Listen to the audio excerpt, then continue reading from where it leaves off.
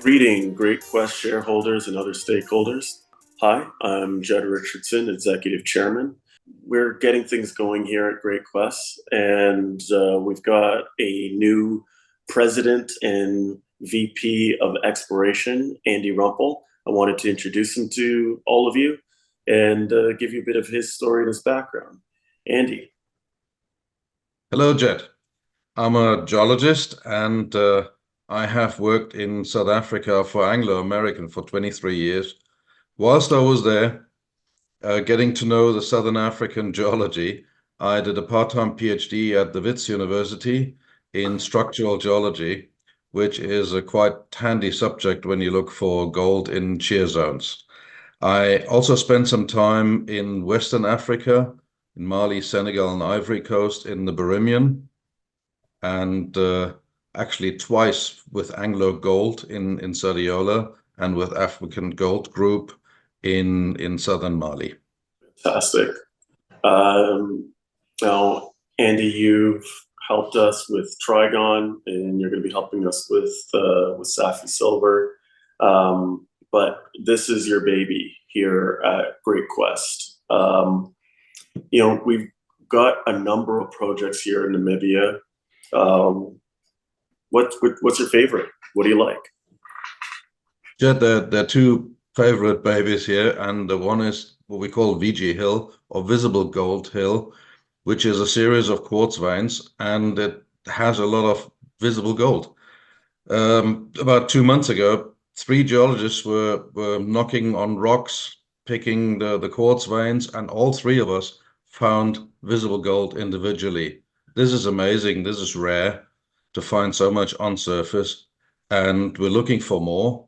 We have actually drilled a couple of holes to see how many quartz veins are actually there and the frequency of it. Because if they're highly frequent and they all have visible gold, that's a great target for a future open pit potentially. So Visible Gold Hill, that's part of the Belmont property. That's part of the Belmont. And the other one would be K17, where we have done extensive soil sampling with good results in copper, silver, and gold. And also what we find a lot is magnetite. And in other words, very iron rich. This assembly could point at an iron oxide copper gold deposit, which would be fantastic. And we do have a little bit of support from geophysics, which we've done recently, and some initial results aim at a big plume sitting at depth. And that would mean there's a lot of opportunities for big deposits sitting on top of this thing. So iron ore, copper, gold deposits, some of the big ones around the world do have uranium. Have you seen any uranium? We do have uranium in small portions. We haven't exactly looked for the uranium. We kind of concentrated on the gold that's in there and on the copper because these are really hot elements at the moment, with the prices being pretty high. We have to say Olympic Dam, being the hematite version of an iron oxide copper gold, does have a lot of uranium. Ernest Henry, the magnetite version, not so much. And the coastal iron oxide copper golds in Chile, like Manto Blancos and Manto Verde, they don't have much. Right. Okay. Interesting. So you made mention of some imagery that's kind of giving you indication that it could be something large. Where are you kind of getting that from? We have worked together with the University of Münster in Germany, and they came over with doing a field camp, and they did what they call DESMEX, which is kind of an AFMAC audio frequency geophysical exercise.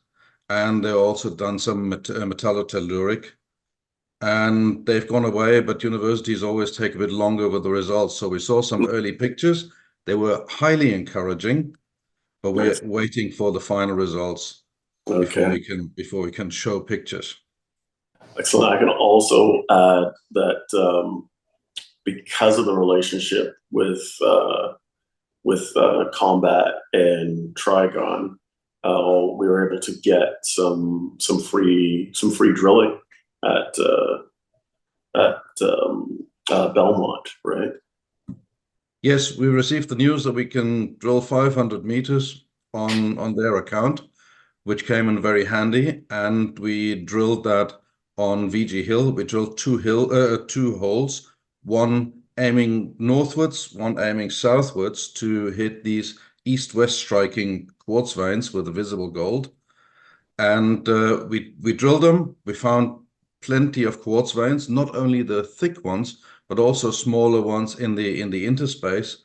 In other words, the host rock has a lot of big veins plus little veinlets, which is good. The high frequency is very important to develop a future resource.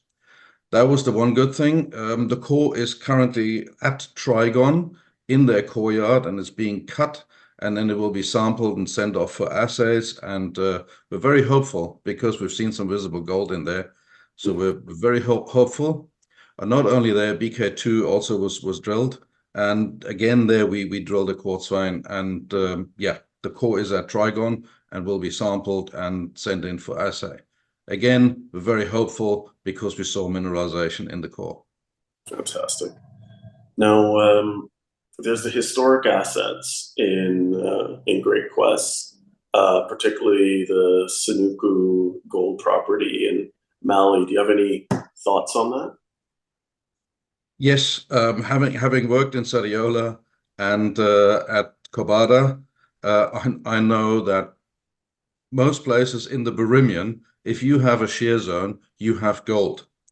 The big advantage is that most of the rock is actually weathered down to 100 meters very often, which means it is free dig mining, so very cheap free digging without drilling and blasting.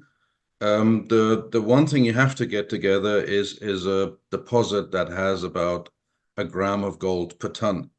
That is the challenge. So it's not so much the exploration, it's more the resource calculation, getting a resource together, resource drilling rather than exploration drilling.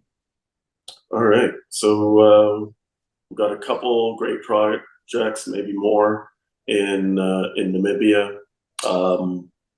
A project kind of sitting in the back burner in Mali that will look for opportunities to move forward, and a new president to drive things forward. Thanks a lot, Andy. Thank you very much, Jed.